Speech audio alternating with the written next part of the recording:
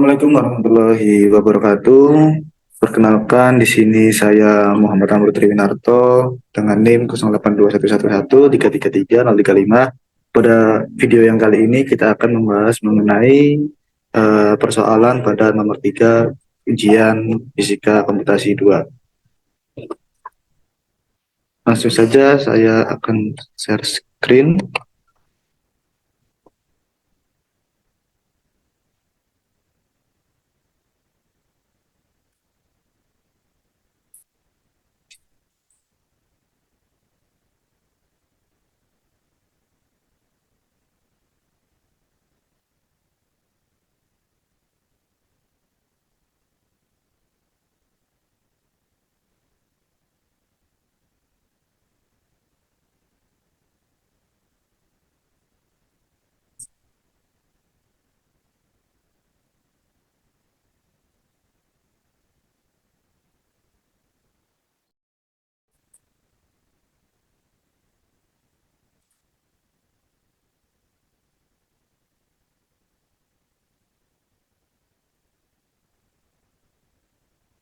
Baik, pada soal ujian akhir yang nomor 3 ini, kita akan membahas mengenai terkait Fourier transform dan menjelaskan apa perbedaan antara DFT dan FFT secara rinci melalui konsep perumusan analitik hingga algoritma kubu.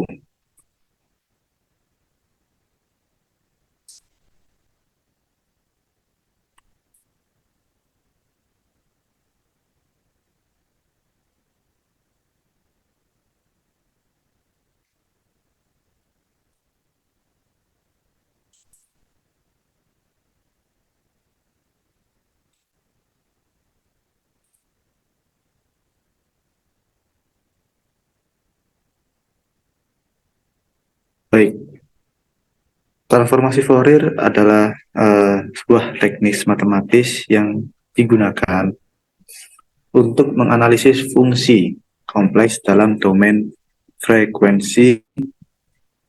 Nah, ini memungkinkan kita untuk mengurai fungsi periodik atau periodik menjadi serangkaian gelombang sinusoidal dengan frekuensi dan amplitudo tertentu. Transformasi Fourier memiliki aplikasi yang luas, yaitu dalam bidang sinyal, pengolahan gambar, pada fisika, matematika, dan rekayasa. Pada gambar berikut merupakan transformasi Fourier yang semulanya berada pada domain waktu, kita transformasikan ke domain frekuensi.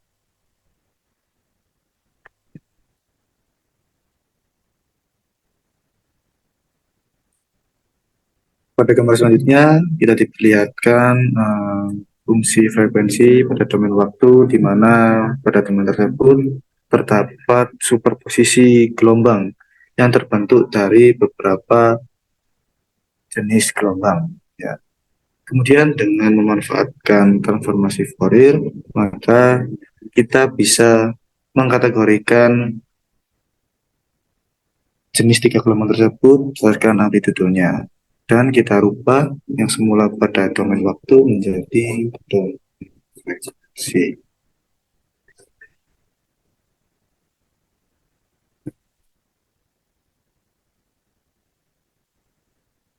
Adapun persamaan untuk transformasi Fourier ke domain frekuensi.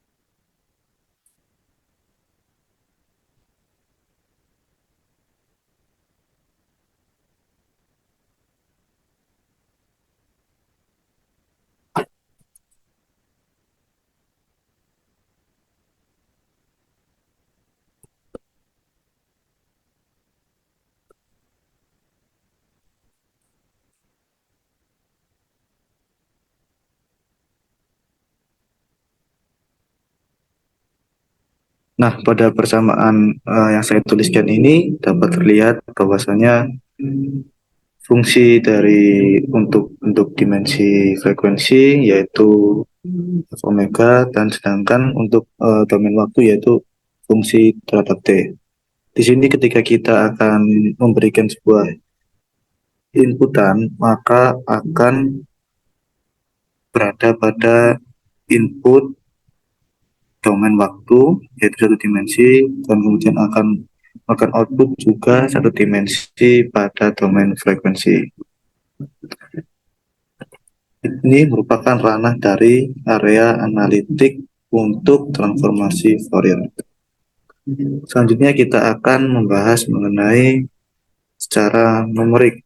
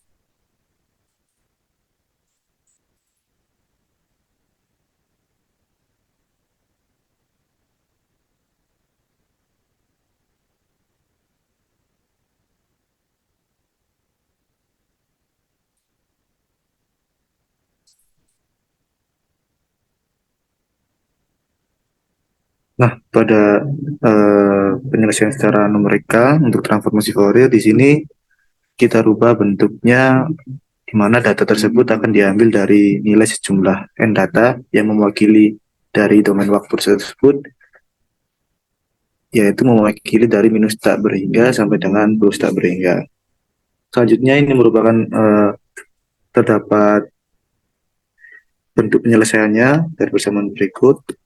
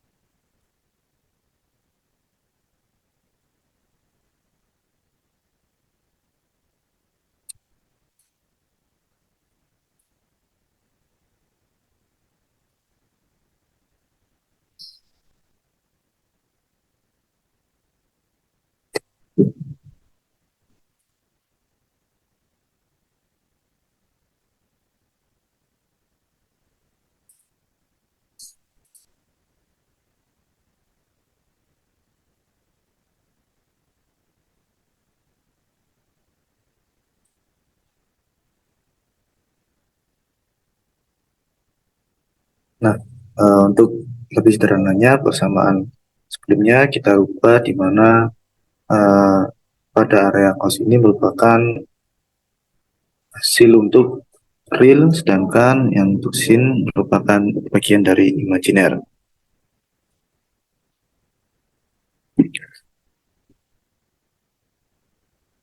ada di FT di mana K ini dihitung sebanyak data K yang ada sama dengan N. Sedangkan untuk fungsi FFT terdapat perbedaan.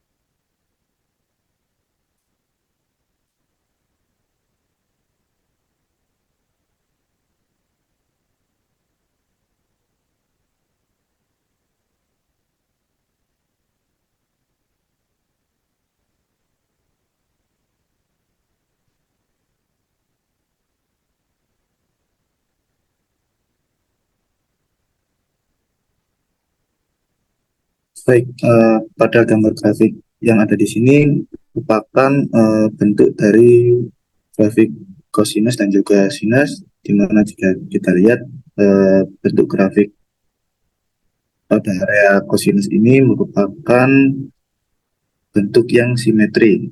Ketika kita mengamati meninjau pada titik antara 1 dengan 5, 2 dengan 4, dan juga 3. Ini merupakan bentuk real dari bagian cosinus. Kemudian untuk bagian imajiner, kita diberikan sebuah bentuk grafik sinus, di mana juga jika kita mengamati terdapat bentuk yang simetris. Maka hasil untuk titik 1 dan titik 5 akan sama, itu juga pula dengan 2 dan 4. Di titik ini saling berkonjugat satu dengan yang lain.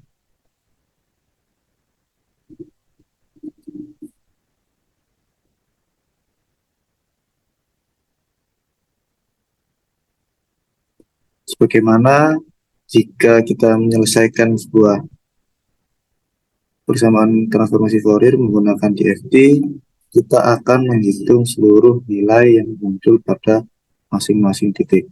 Namun berbeda dengan menggunakan FFT, kita hanya akan menghitung sejumlah titik pada data.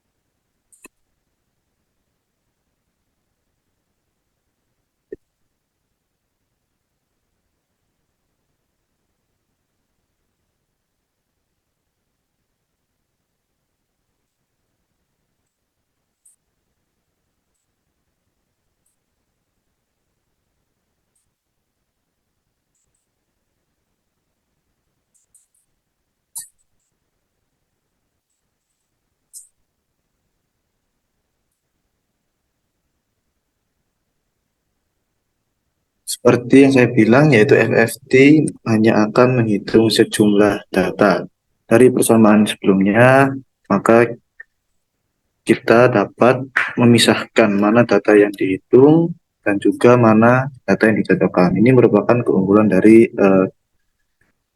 FFT, yaitu Fast Fourier Transform, dibandingkan dengan DFT.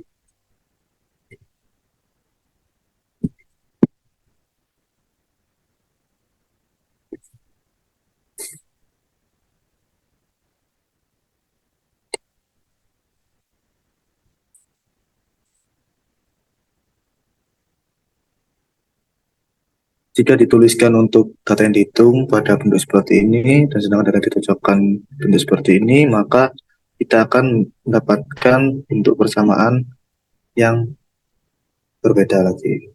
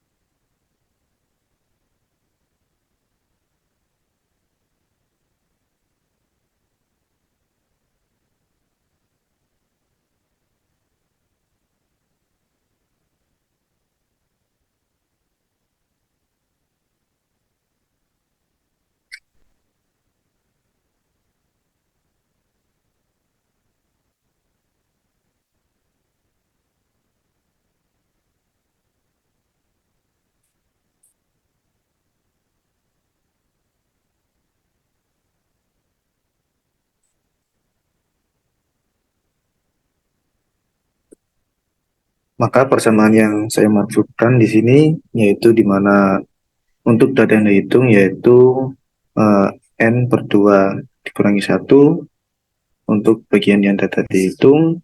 Kemudian untuk bagian data yang kita koreksi yaitu n bermula dari n per 2. Ini untuk data yang dihitung. Dari persamaan ini masih bisa kita sederhanakan ulang yang akan menjadi bentuk persamaan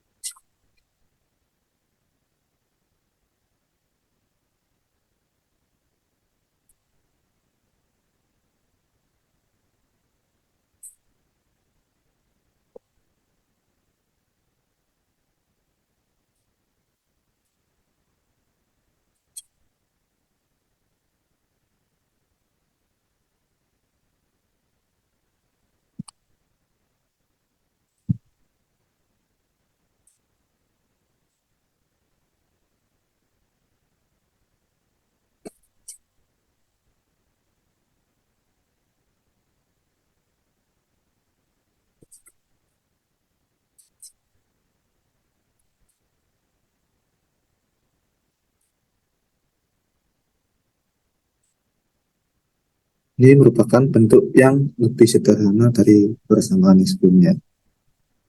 Terdapat beberapa perubahan yang dapat kita amati. Oke,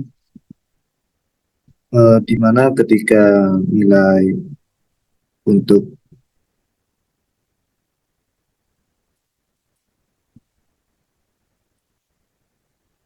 berikut dapat didekati dengan min 1 pangkat K.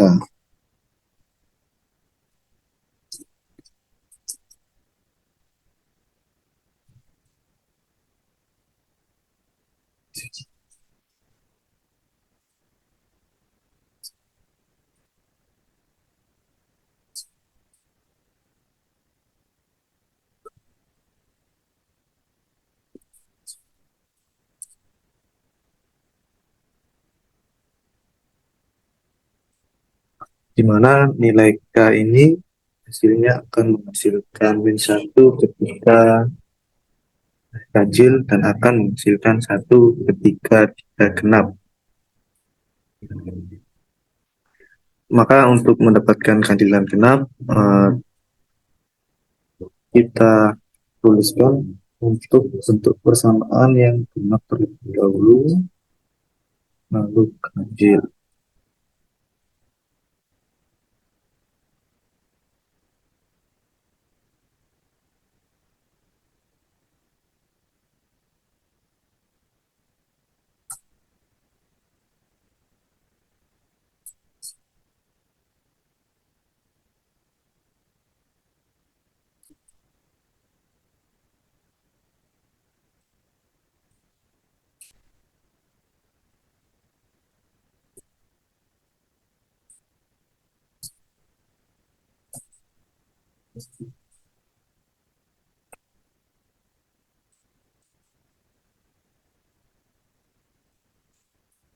Dua k dan 2 per 1.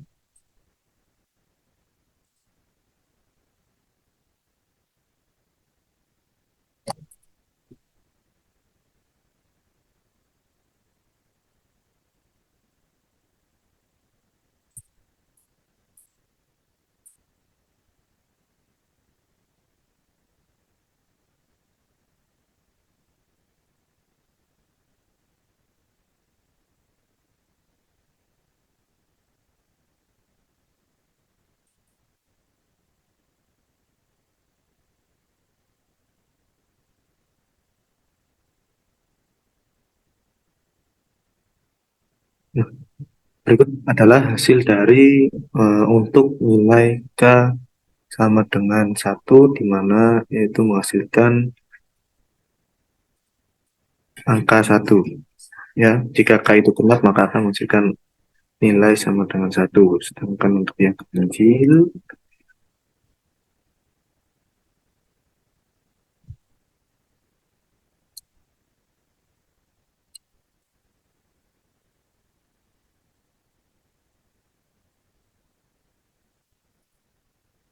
tahap satu,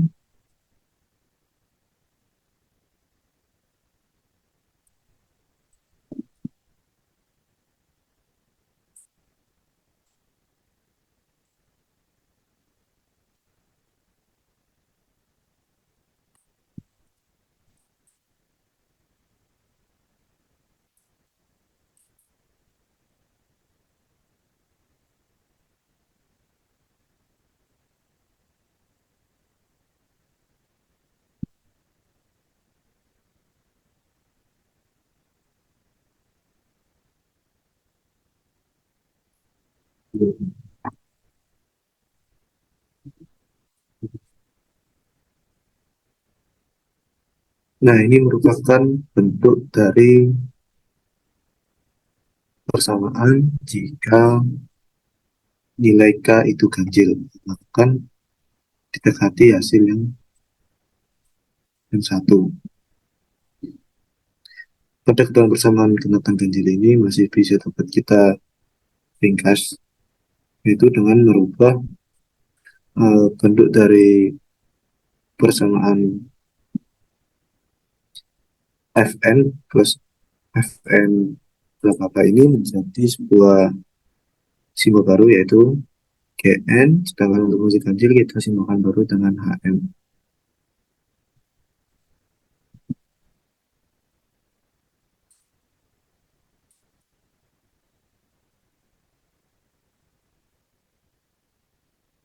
Hm.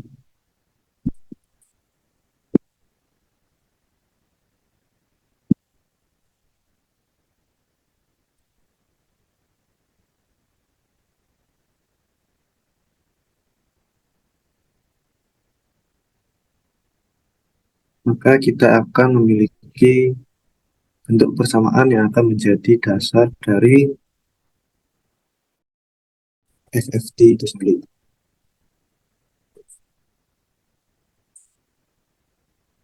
Melalui persamaan ini kita dapat memperoleh sebuah algoritma kupu-kupu.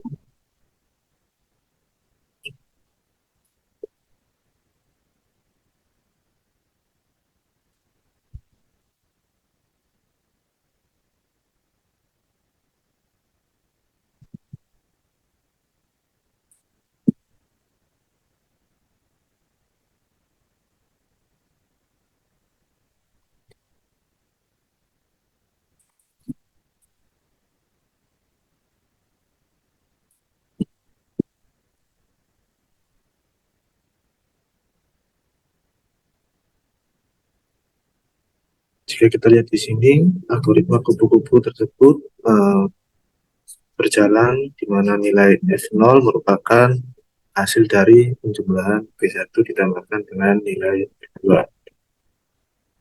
Kemudian untuk nilai dari B1 B2 ini bisa didapatkan dengan mensubstitusikan nilai B1 yaitu A1 tambah A3, dan untuk B2 A2 dan A4. Begitu seterusnya hingga kita mendapatkan sebuah persamaan hasil akhir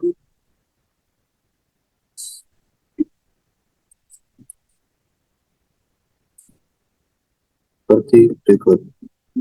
Nah, untuk algoritma kupu ini juga sama cara kerjanya dengan pendekatan dari persamaan sebelumnya yang sudah kita bahas.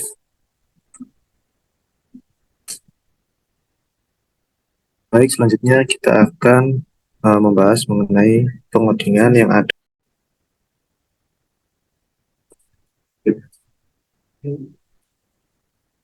Oke, mari kita buka tab yang dimana akan menjelaskan mengenai codingan dari Fast Fourier Transform.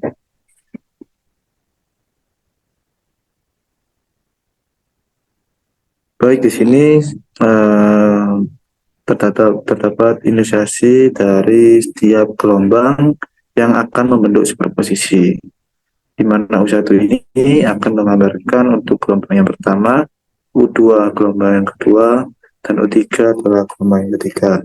Kemudian di sini terdapat beberapa perintah untuk menampilkan bentuk dari masing-masing gelombang U1, U2, dan U3.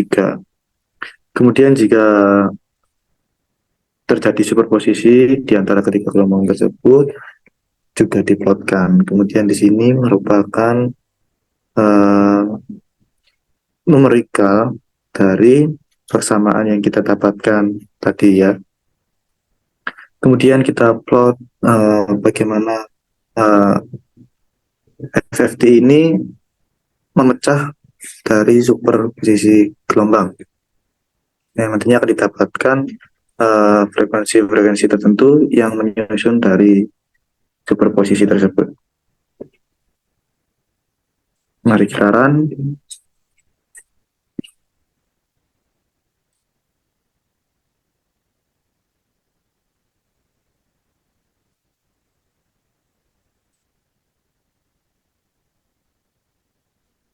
Nah, di sini merupakan hasil dari tampilan untuk gelombang, gelombang satu, gelombang dua, gelombang tiga.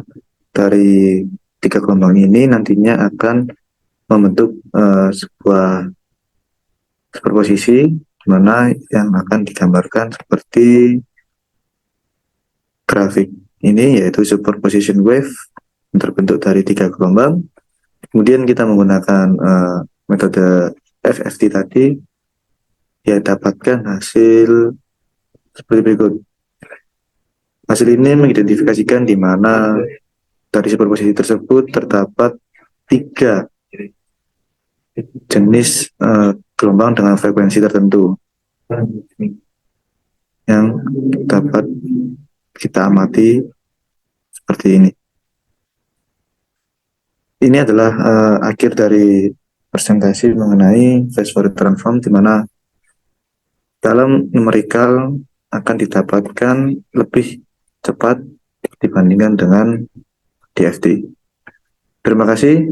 Saya tutup. Assalamualaikum warahmatullahi wabarakatuh.